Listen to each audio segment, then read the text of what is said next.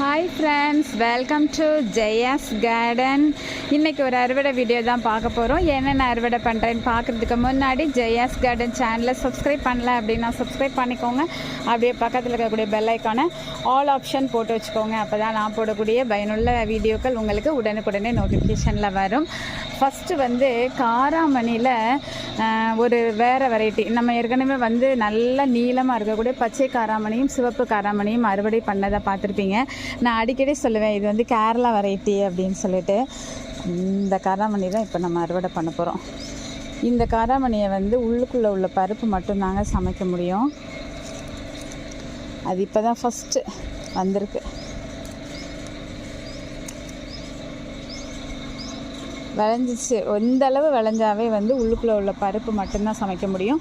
குட்டை குட்டையாக தான் வருவோங்க. நமக்கு கேரளாவிலேருந்து ஒருத்தங்க கொடுத்தாங்கங்க. ஒரு கீரையும் இந்த இதுவும் கொடுத்தாங்க. ஸோ அதனால் அதுக்கு பேர் நான் கேரளா வெரைட்டி அப்படின்னு வச்சுட்டேன். காராமணிலாம் ரொம்ப பெருசாகவே விடக்கூடாது. அப்படியே மெல்லிசாக இருக்கும்போதே பறிச்சிட்டோம் அப்படின்னு வச்சுக்கோங்களேன், சாம்பாரில் போட்டால் எனக்கு அவ்வளோ பிடிக்கும். அதுக்கப்புறம் நூடுல்ஸ்லாம் செய்கிறேன்ல, அந்த நிறைய நம்ம சிறுதானிய நூடுல்ஸ் எல்லாம் செய்வோம். ஸோ அதுக்கு எல்லாமே வெஜிடபிள் பிரியாணி எல்லாத்துக்கும் காராமணி போடுவேங்க. பாருங்க, நம்ம வீட்டு பக்கத்தில் என்னங்க சொல்கிறது, எப்போனாலும் கரெக்டாக வீடியோ எடுக்க மேலே வரும்போதெல்லாம் மக்கள் இது போட்டுடுறாங்க, மோட்டரை போட்டு ஒரே சத்தம்.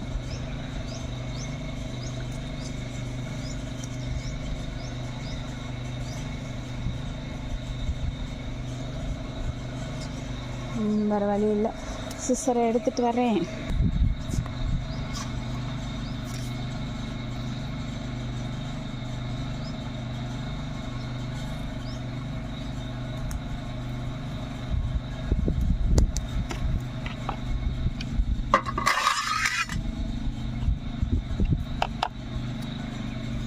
நான் வேறு வழியே இல்லைங்க, எங்கெங்கே இருக்குது அப்படின்னு உங்கள்கிட்ட காமிச்சிடுறேன்.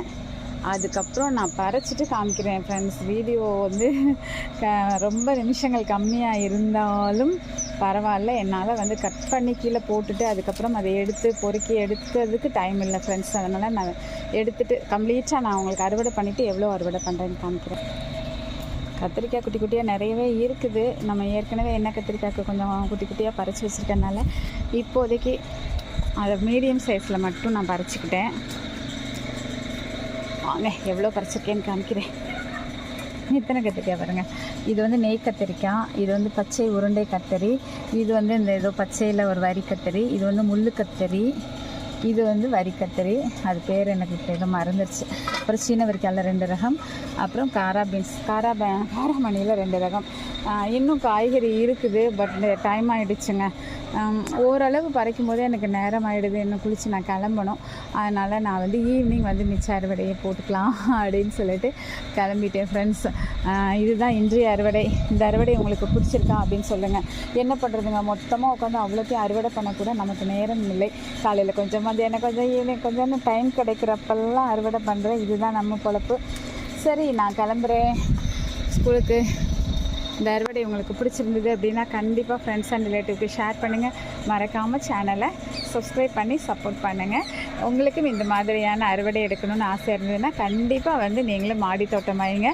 மாடி தோட்டம் வைக்கிறதுக்கு விதைகள் வேணும்னா கண்டிப்பாக செல்ஃப் கவர் அனுப்பி வாங்கி பயன்பெறுங்க. Okay, happy gardening March. Take care, bye bye, see you.